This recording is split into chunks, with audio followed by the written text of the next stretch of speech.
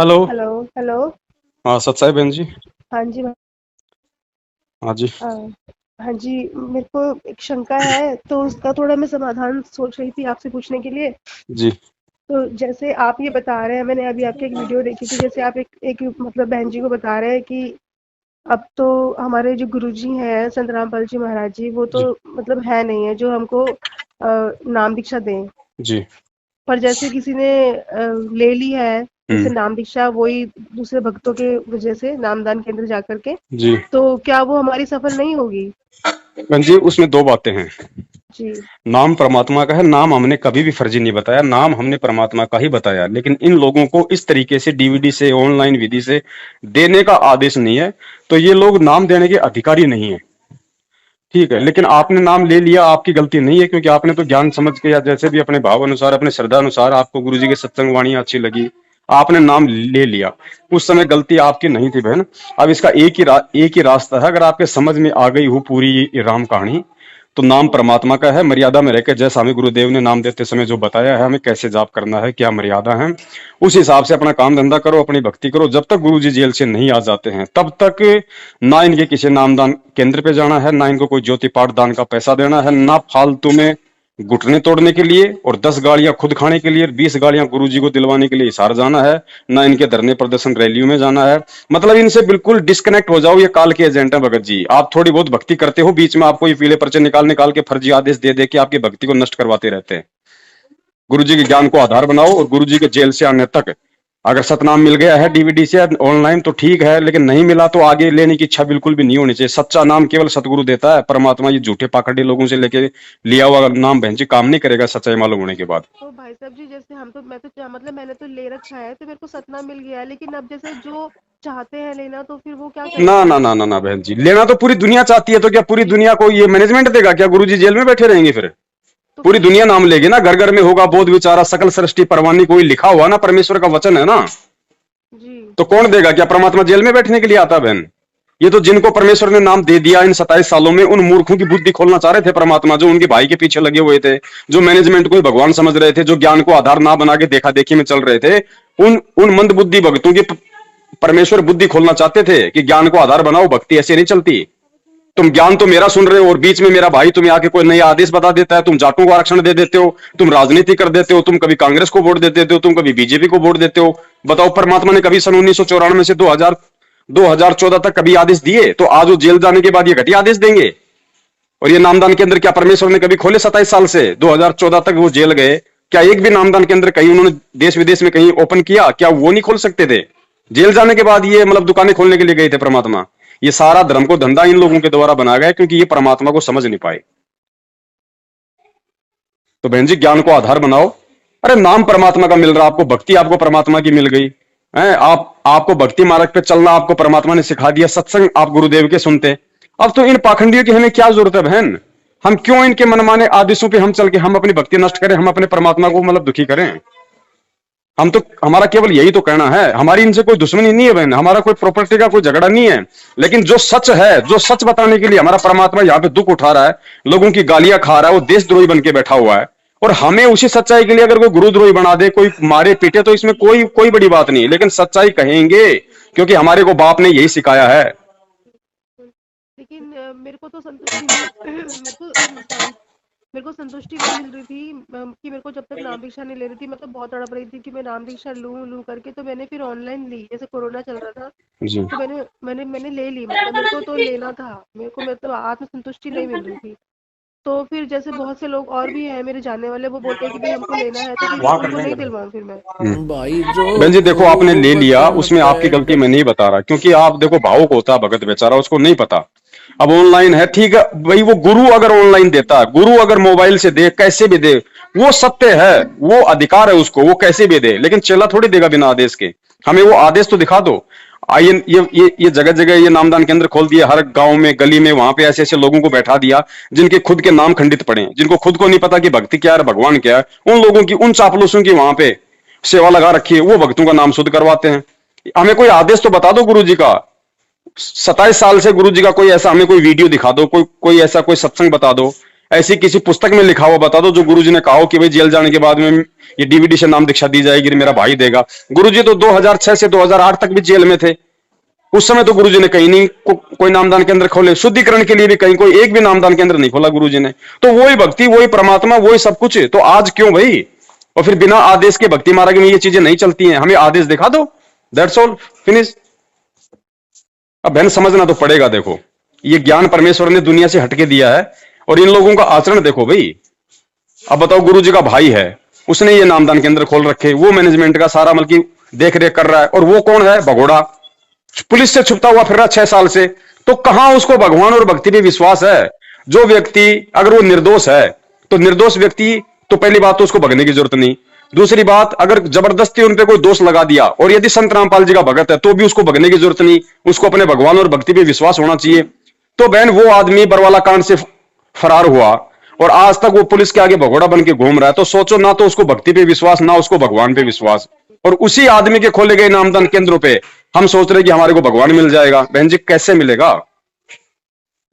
इतना तो हमें विचार करना चाहिए। परमात्मा ने 21वीं सदी में हमारे को जन्म दिया, ऊपर से हमारे को शिक्षित कर दिया, ऊपर से ये तत्व ज्ञान दे दिया, फिर भी हम यदि मूर्खों वाली काम करेंगे तो बहन, इसीलिए तो परमात्मा दुखी होता है। फिर गुरुजी जेल में जाएंगे, गुरुजी ऐसा कोई मतलब घटिया काम करेंगे, हम कभी सपने में भी हम कभी सोच सकते हैं कि गुरुजी अपनी गलती से कभी जेल में जाएंगे? तो किन लोगों की गलती से गुरुजी जेल में? भाई, बरवाला कांड में भक्तों को कमांडो किसने बताया? भक्तों के हाथों में हथियार किसने पकड़ाए? गुरुजी का नाम लेके पुलिस वालों से किसने झगड़ा करवाया? क्या परमात्मा कभी कानून तोड़ेगा? परमात्मा अगर यहां का कानून तोड़ेगा तो परमात्मा का कानून फिर कौन मानेगा?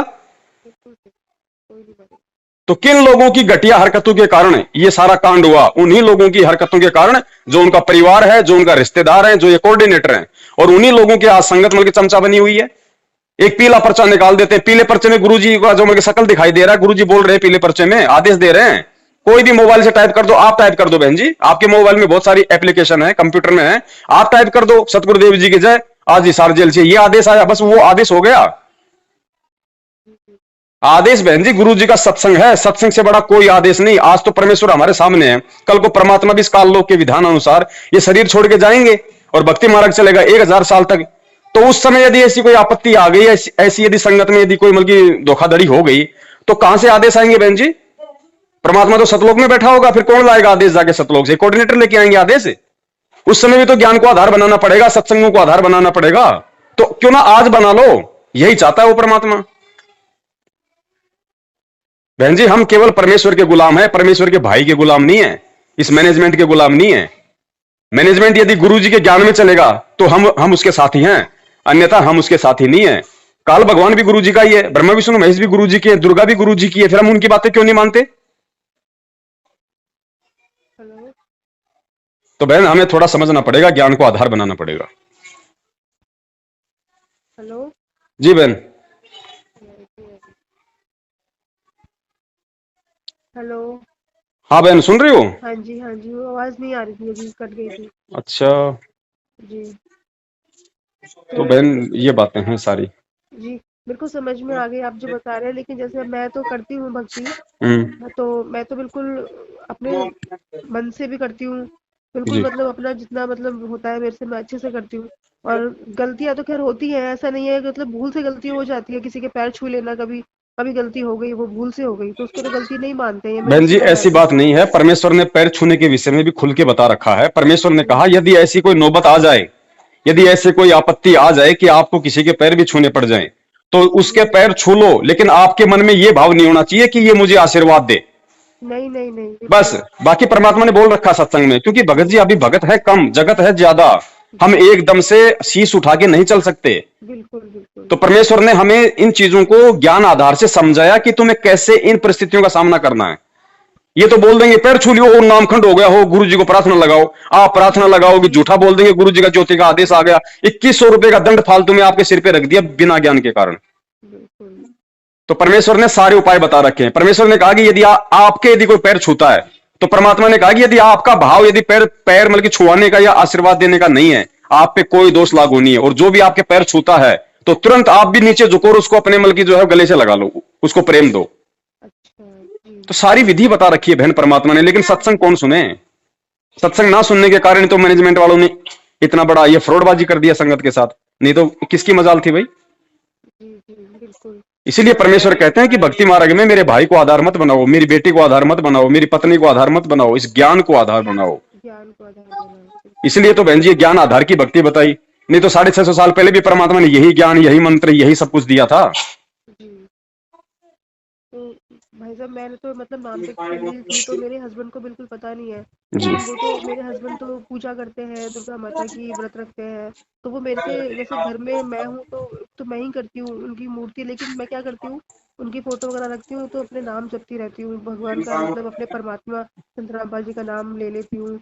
और ये जो मंत्र दे रखे हैं सतनाम के, तो मैं ये जपती रहती हूँ, लेकिन मैं मेरे को करना पड़ता है ये बहन सब। जी, वो आपकी मजबूरी है, वो परमेश्वर भी जानते हैं, वो भी अंतर्यामी है। परमात्मा केवल अंदर के भाव देखता है। आपने हाथ से चाहे ब्रह्मा विष्णु महेश की फोटो को अपने सिर पे रखा हो, परमात्मा उसको नहीं देखता। परमात्मा ये देखता है कि हृदय में कौन बैठा है इसके। हृदय में यदि आपके अपना गुरु बैठा है तो ब्रह्मा विष्णु महेश को चाहे आप मतलब के सिर पे बैठा के रखो, कोई दिक्कत नहीं उससे।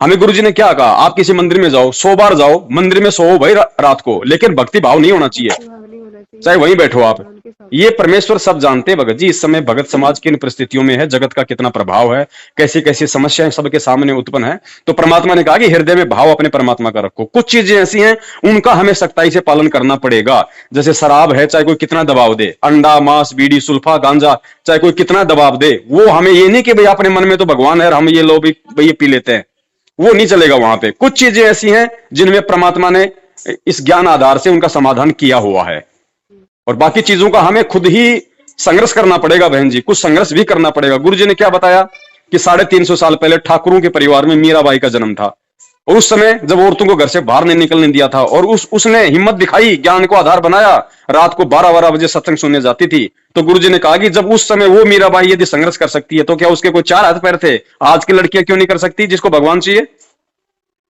हमारे अगर शुगर बता दी डॉक्टर ने बताया भैया अगर मीठा खा लिया तो मर जाएगा। बहन जी, हम किसी शादी में जाते हैं, रिश्तेदार हमें एक मिठाई खाने के लिए कितना प्रेशर बना, अरे खा लो जी, एक तो खा लो बड़े प्यार से, देखो मामा जी आपको खिला रहे हैं, अपने हाथ से खिला रहे हैं, बार बार थोड़ी खिलाते हैं। वो नहीं खाता, उसको पता है कि डॉक्टर ने सख्त मना कर रखा, खा लिया तो मेरा नुकसान होगा। इसी प्रकार बहन जी ये मर्यादा इस भक्ति मार्ग में शुगर है, लेकिन हमें विश्वास नहीं है, हमें ज्ञान नहीं, इसलिए हम लोग खा रहे हैं।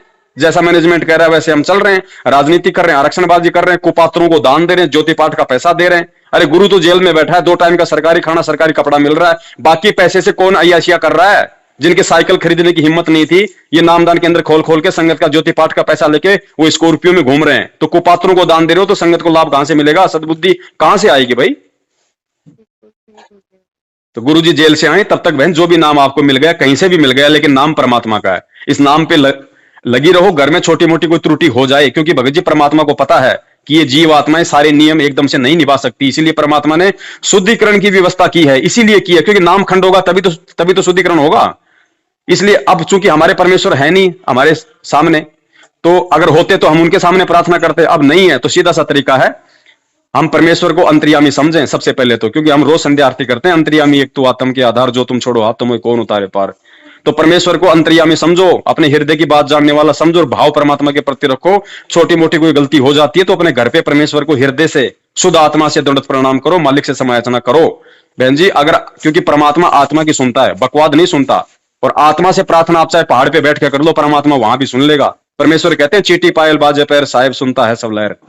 हमें भगवान को जानना पड़ेगा पहले, हम लोग गुरु को तो नहीं पहचान पाए कि गुरु है कौन, गुरु होता कौन है, गुरु के रूप में कौन आया हो आज। बस संत रामपाल जी समझ लिया, मैनेजमेंट के कहने पे हमने उनका जन्मदिन मना दिया। अरे जन्मदिन किसका मनता पता है? जीव का, जीव का मनता है जन्मदिन। ये लोग जब कबीर जी की जयंती मनाया करते थे, नकली कबीरपंथी, तो हम लोग क्या बोलते थे? अरे कबीर जी की जयंती नहीं मनाई जाती, कबीर जी का तो प्रकट दिवस मनता है। और हमने उसी कबीर का क्या मना दिया? निंदा के पात्र तो हम खुद हो रहे हैं, अपनी अज्ञानता का प्रमाण तो पूरी दुनिया में हम लोग जग जाहिर कर रहे हैं, फिर बन रहे हैं हम ज्ञानी। कोई सच्ची बात बताए तो उसको गुरुद्रोही कह के साइड में कर दो, उसकी बातें मत सुनो, जैसे दुनिया वालों ने गुरु जी को देशद्रोही करके साइड में कर दिया। वही हालत इस संगत की हो रही है। तो बहन ज्ञान को आधार बनाओ। ये भाई बंधु गुरु जी के रिश्तेदार मैनेजमेंट ये कोई काम नहीं आएगा। ये खुद ही काल के जाल में हमें क्या बाहर करेंगे? हमें तो बाहर करने वाला करेगा, उसकी बात हम मान नहीं रहे। उसने कब सिखाई हमें आरक्षणबाजी, कब सिखाई हमें राजनीति? बताओ कब कहा कि तुम भक्तों को दान करो, भक्तों को ज्योति पाठ का पैसा दो? सतलोक आश्रम बरवाड़ा में खुद गुरु जी ज्योति पाठ का पैसा अपने हाथ में लेते थे, किसी को नहीं लेने देते थे। और आज हम किनको दे रहे हैं? उन्हीं ठगों को, जिन ठगों के कारण आज गुरु जी जेल में बैठे हैं। लाभ कहां से होगा? भक्ति कहां चलेगी भाई? इसलिए गुरुजी कहते हैं नाम चाहे 2 साल बाद ले लो, मैं कहीं नहीं जाने वाला, यही हूं, नाम देने के लिए आया हूं। मैं यहां पे कोई बाजरे की खेती करने नहीं आया। पहले ज्ञान को आधार बनाओ, मैं क्या बोल रहा हूं, क्या समझना चाहता हूं, इन सारों को समझो, पहले ज्ञान पे दृढ़ हो जाओ, उसके बाद नाम लो। अगर नींव मजबूत नहीं होगी तो मकान कहां से बनेगा बहन? तो ये ज्ञान इस भक्ति मार्ग की नींव है, हमें इसको मजबूत बनाना पड़ेगा पहले। ठीक है भाई साहब, मैं समझ गई आपकी बात को। अब मतलब नामदान केंद्र में जाऊंगी नहीं। बहन जी शकल भी नहीं देखनी, और बहन जी बाल भी बाका नहीं हो सकता, ये सत भक्ति है। साक्षात परमात्मा पृथ्वी पे संत रामपाल जी के रूप में प्रकट है। अगर देखो मर्यादा उस मालिक को पता है कि थोड़ी बहुत त्रुटियां जीव से हो जाती हैं, समय लगता है। अगर कोई भयंकर रोगी है तो 2 दिन की गोली दवाई से ठीक नहीं हो जाता। परमात्मा को पता बहन, इसलिए जो भी कोई अगर हो जाए गलती, आत्मा से हृदय से अपने घर पे, अरे हमको दीवारों के सामने थोड़ी दंडवत करते हैं, हमने घर पे आरती ज्योति पाठ करते हैं तो दीवारों के सामने थोड़ी करते हैं, हम अपने घर पे भगवान को मान के करते हैं ना। तुम फिर ये भी सोचो ना कि परमात्मा मेरी सुनेगा भाई, कोई एजेंट नहीं है इस आत्मा और परमात्मा के बीच में, भगत और गुरु के बीच में। ये फालतू के एजेंट बन बैठे थे ये लोग, इन एजेंटों को हटाना है हमें। और बाल बाका नहीं हो सकता बहन, गुरुजी जेल से आए तब तक खुल के आप यदि सत्संग सुन रही हो, मर्यादा निभा रही हो, 19-20 हो जाती है बहन, उसके लिए परमात्मा ने विधि बता रखी है। मालिक से अपनी समायाचना करो, दंडवत प्रणाम करके समायाचना करो। बिल्कुल बहन, और कोई तरीका नहीं है। देखो परमेश्वर आत्मा की सुनता है, मन की नहीं सुनता बहन जी। एक बात बताओ, वो टटीरी के बच्चों की परमात्मा ने महाभारत के युद्ध में रक्षा की, इंद्र के हाथी का घंटा तोड़ के। वो टटीरी ने भगत जी अपनी अंतरात्मा से तो प्रार्थना की थी, उसको तो ये भी नहीं पता कि मैं कबीर से कर रही हूं या मैं राम से कर रही हूं। अपनी वो आत्मा दुखी हुई, आत्मा से उसने पुकार की कि हे परमेश्वर मेरे बच्चों की रक्षा करो। तो परमेश्वर ने इंद्र के हाथी का घंटा तोड़ के वहां डाल दिया, महाभारत के युद्ध के बीच में, जो लोगों से उठाया भी नहीं जाता था। वो ये भगवान है जो आज आया हुआ है। प्रहलाद भगत जो विष्णु की भक्ति करता था, परमात्मा ने उसको अग्नि से बचाया, नरसिंह रूप धारण करके हिरण्यकश्यप का जो मतलब की छाती फाड़ी परमात्मा ने। तो बताओ बहन जी, उसने कौन सा उस प्रहलाद भगत ने कौन सी नरसिंह भगवान के पास में इन एजेंटों के माध्यम से प्रार्थना भिजवाई थी? वो आत्मा की सुनता है बहन, आत्मा की, वो आत्मा का साथी है परमात्मा। बीच में एजेंट बनाओगे धोखा खा जाओगे। ठीक है बहन। अब देखो थोड़ा दास का भी थोड़ा काम धंधे का है ना, बड़ी मुश्किल हो रही है, क्योंकि इन दिनों फोन भी बहुत ज्यादा आ रहे हैं, फिर बहन जी रोजी रोटी भी बहुत जरूरी है। अब हमारे पास में कोई फालतू का पैसा तो है नहीं, कोई हराम की कमाई तो आती नहीं, जो हम भी जो है मतलब कि अपना बढ़िया सा एक ऑफिस बना लें और भक्तों का शंका समाधान करें। अगर ये हराम का खाने लग गए तो परमात्मा सद्बुद्धि देना बंद कर देगा, फिर काय का शंका समाधान, हम खुद शंकाओं में आ जाएंगे। तो बहन जी काम धंधा भी जरूरी है, समय समय पर मालिक सारे काम करवा रहे हैं। तो भाई साहब जी, तो कब तक आएंगे परमात्मा जी? देखो बहन, अगर जीव हो, अगर परमात्मा को जीव होते, कोई अगर मेरा कोई मामा होता, मेरा कोई फूफा होता, जब तुम्हें बता देता कि भाई वो कब तक आएंगे। अब ये परमात्मा है बहन जी, परमात्मा की गति को कोई नहीं जान सकता। मैं कह दूं कि परमात्मा 1 साल बाद आएंगे, हो सकता है परमात्मा फोन काटते आ जाए अभी। तो मालिक के विषय में कुछ नहीं कहा जा सकता। हाँ, परमेश्वर हमारे साथ में ही है, वो शब्द स्वरूपी परमात्मा है जो मंत्र दे दिया, उस मंत्र का हम जाप करेंगे, क्योंकि परमेश्वर कहते हैं शब्द गुरु चित चेला रे। तो जो शब्द हमें परमेश्वर ने दे दिया, वो शब्द हमारा असली गुरु है बहन जी।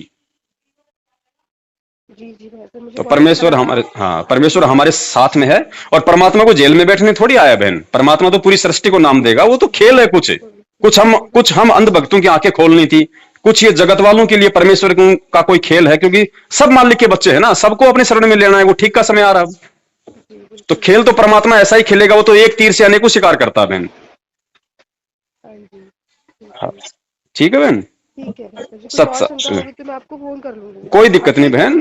हाँ, कोई बात नहीं बहन, परमेश्वर ने सेवा में लगा रखा है, 6 साल से इसी में लग रहे हैं। और हमारा भी बहन अन्य रोजी रोटी के अलावा कोई धर्म, कोई अब हमारा कोई काम नहीं है सिवाय इस परमेश्वर की सेवा के। ये सेवा चाहे लोगों की शंका समाधान करके हो जाए, चाहे परमेश्वर के नाम का सुमरण करके हो जाए, चाहे ये सत्संग सुन के हो जाए, सेवा है।